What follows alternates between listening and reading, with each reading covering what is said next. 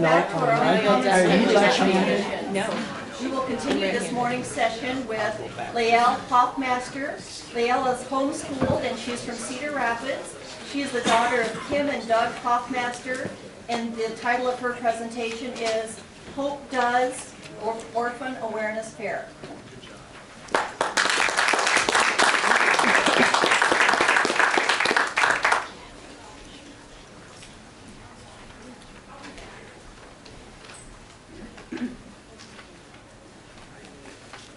Truly, every generation discovers the world anew again and knows it can improve it. With every generation comes a number of problems. But for each individual of that generation, there's always one issue that is closest to their hearts and that they would give much to make right. The beginning toward this generation's unrealized crises begins with a newborn's cry breaking the silence. The beginning to why I am here. I never heard that cry, but only God knew how immense its effect on my life would be. I would like to tell you the story of that newborn. In 2006, a beautiful baby girl was born in Hefei, China. Her father and mother were both tall and slight of frame. The mother was beautiful, just like her daughter, with eyes that were so brown you couldn't tell if they were black or not, and a face that was sweet and triangular. Her father had big straight teeth and smooth, shiny black hair. They were normally bubbly and filled with laughter, but today they were unhappy, more so than they had ever been in their lives. Their precious new baby girl had something wrong. They loved their gorgeous infant, but with China's one-child policy and the problems that came with not having a boy or a perfect girl, they couldn't keep her. Now they couldn't just give her up, for that is illegal. They would have to abandon her somewhere busy where she could be found easily. The mother couldn't bear the thought of giving up her child. She cried, for her heart was breaking. The father, torn himself, comforted her the best he could and explained once again that they didn't have the money to take care of her how she needed, and it would be better for their daughter to leave her for someone to adopt so that she could have everything she needed, everything they couldn't give her. Silently, the mother nodded her agreement and understanding.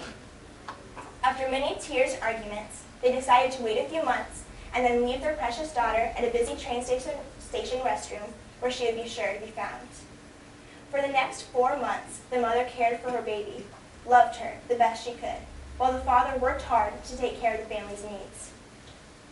As the infant, the thatch of soft, downy black hair, reached 4 months, the mother knew it was time. It was a cold day, October 10th. Quickly, the mother walked into the restroom, carrying the girl in her shaking arms. As the baby began to wake, with one last caress, she laid her wrapped in a blanket on the bathroom floor, and she quickly turned away. Behind her in that bathroom, she left a part of her heart that day, but out of love. This is the unknown reality for so many children. This is the problem.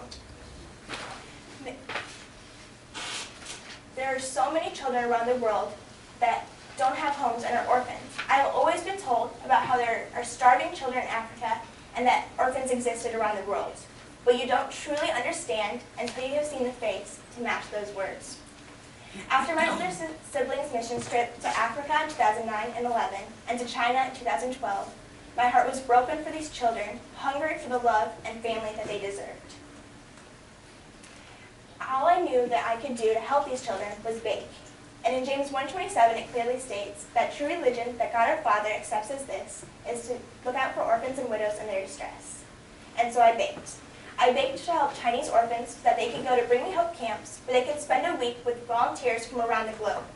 And they could experience new things and be loved as they deserved for that week. When the volunteers return home, they can advocate for those children so that they can find a forever family.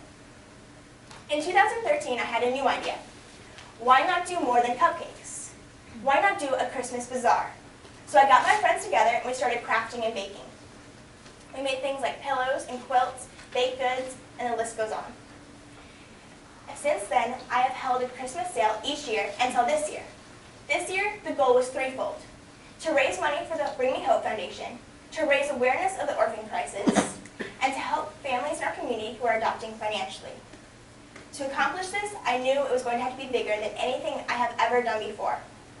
In the past, Many friends, families, and teachers have donated items they had made, such as quilts, jewelry, baked goods, and tons of other things.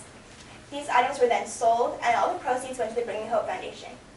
This year, I wanted to not only have the baked items and sale items to sell, but I wanted to have local organizations come and teach people how they could be involved in orphan care right where they are. Along with this, I also wanted to have half the proceeds go into an adoption fund for any families who decide to adopt or are adopting and need help financially. After deciding what this year's goals were going to be, I got to work. First was recruiting people and getting them together, deciding who would be doing what and how we could accomplish everything most efficiently. Second was the question of space. My school allowed me to use the whole first floor of their building, doubling the space from last year. Third was contacts. My cousin was in contact with local organizations and worked to get representatives from each organization who could be present at the fair. Fourth was advertisement and publicity, how to get the word out. I made a flyer, and with the help of my friends, we put it up at our local YMCA, homeschool, high school, libraries, and along with places like Hy-Vee and Pizza Ranch. It was also shared on social media using my project page, Hope Does, and on a homeschool website. Fifth and finally was creating. I got to work crafting and baking along with friends and family.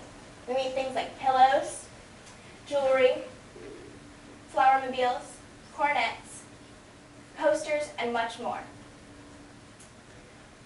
During preparation, we had the opportunity to be part of another event. A church in our community decided to hold an Orphan Sunday on October 25th. Anything that was not sold from the Hope Does Orphan Awareness Fair will be brought and sold at this church's Orphan Sunday, with all the proceeds going into an adoption fund, like I had previously planned. They will also be having organizations and families who have been through the adoption process come and speak. It is the beginning of a whole new orphan outreach in this church and in my community. This allowed for all the proceeds of the Hope Does Orphan Awareness Fair to go to the Bring Me Hope Foundation, and the second of this Orphan Sunday to go into adoption accounts. On September 25th, I held the Hope Does Orphan Awareness Fair with representatives from Bethany Christian Services who deal with domestic adoption, Across the World Adoptions who deal with international, and Safe Families with foster care. The fundraiser was completed with a monetary outcome of $1,150. This means that 7 children will get the chance to go to camp and leave the orphanage, some for the first time in their lives, and have a greater chance of being adopted. These kids may never have been seen because of little publicity, no information, no updates, or recent photos will have the chance of being adopted. The volunteers have the chance to live with these children, take videos and pictures, and pass on all of this information to any family who is looking to adopt them. The chances of these kids finding their forever family is increased tenfold by the advocacy of these volunteers through social media and word of mouth. Not only that, but orphans worldwide have benefited. Many people don't realize the immensity of the orphan crisis and don't know how they can make a difference. There are around 18 million orphans globally, and if you're anything like me, you tend to think, how can one person make a dent in a number like that? But the truth is, it only takes one person.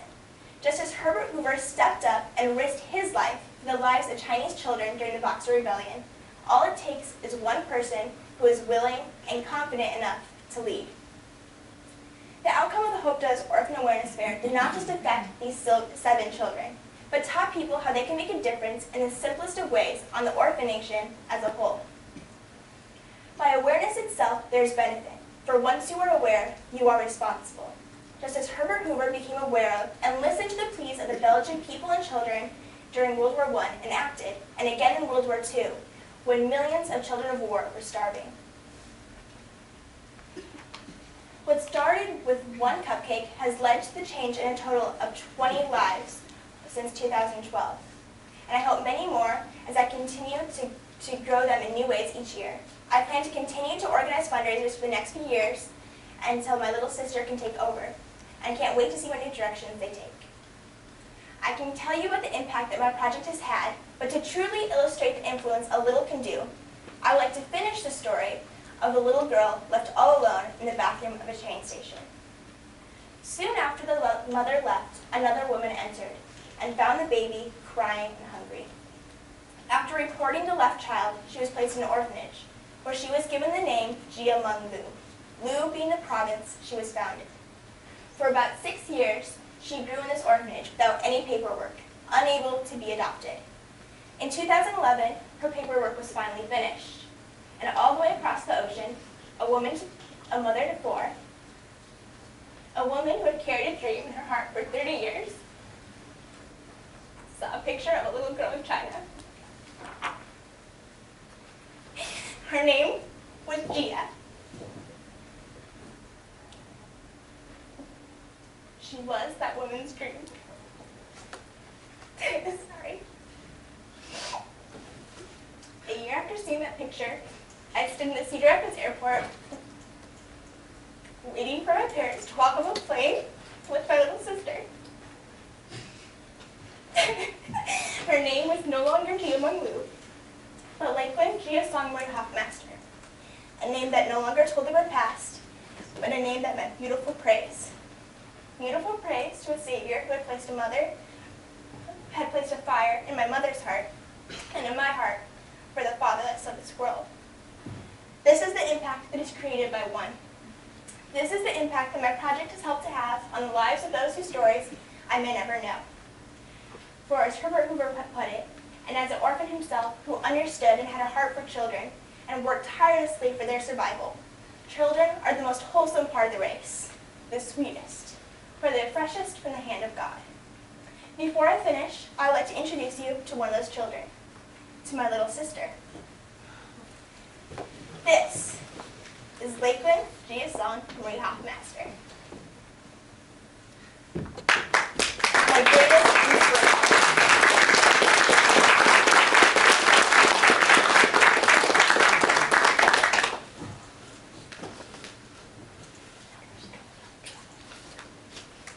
Thank you very much. Are there any questions?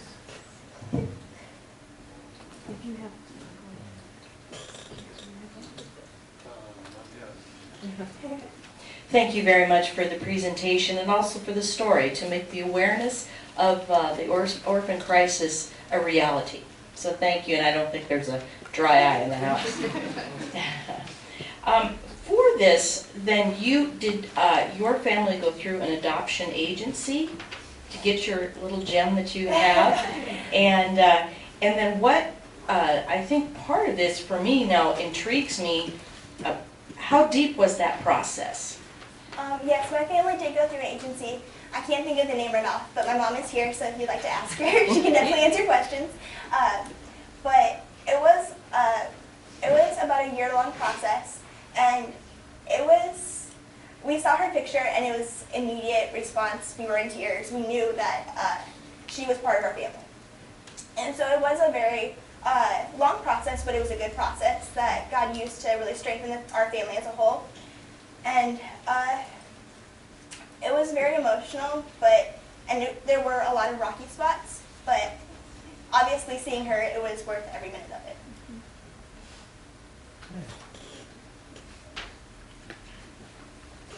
Thank you for that. You mentioned the number 20 in your presentation, and I kind of missed, I guess, the context of that. Would you run that past us again, please? Of course.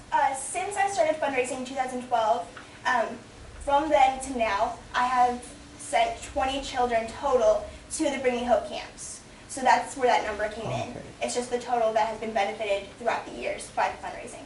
So are these 20 children who were orphans at one time and are now in American families, and you're sending them to camp? Or clarify that for me. What happens is they're then sponsored, and they go to camp for a week where these volunteers get to live with them and take pictures and videos, and then those children return to the orphanage. But then the volunteers get to advocate for them, and I believe that over 40 children in the last year have been adopted because of that. And so it's just a greater opportunity for these children to be seen, because without it, there's literally no chance of their being adopted. They're Americans or they're Chinese? The children are from the Chinese orphanages, and then the volunteers can be from anywhere. Okay. And they get to go to the camps then and Yes. get this visibility that they Right. would not have had otherwise. Yes. Okay, thank you very much. Any other questions? So with the money you raise, it goes to this Bring Me Hope Foundation. Are they the ones who decide which families receive support, or do you have a hand in that? They just have a set, I don't want to say price, but a set amount that sponsors a single child, and so this amount was, with this amount there's the ability to send 7 children. And then I don't get to decide, but I do get a phone call from these children while they're at camp, and then I get pictures and letters from them afterwards. Okay. I thought you said you also were helping provide help for families who are adopting. Yes, and that's what half the proceeds, or the proceeds of this church's Orphan Sunday that I'm also part of, which is tomorrow, all those proceeds will be put in an account, and then any families who are adopting in our community can reach out to us, and we can help them financially that way. Thank you.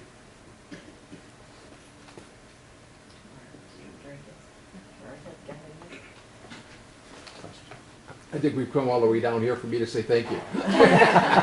Thank you very much.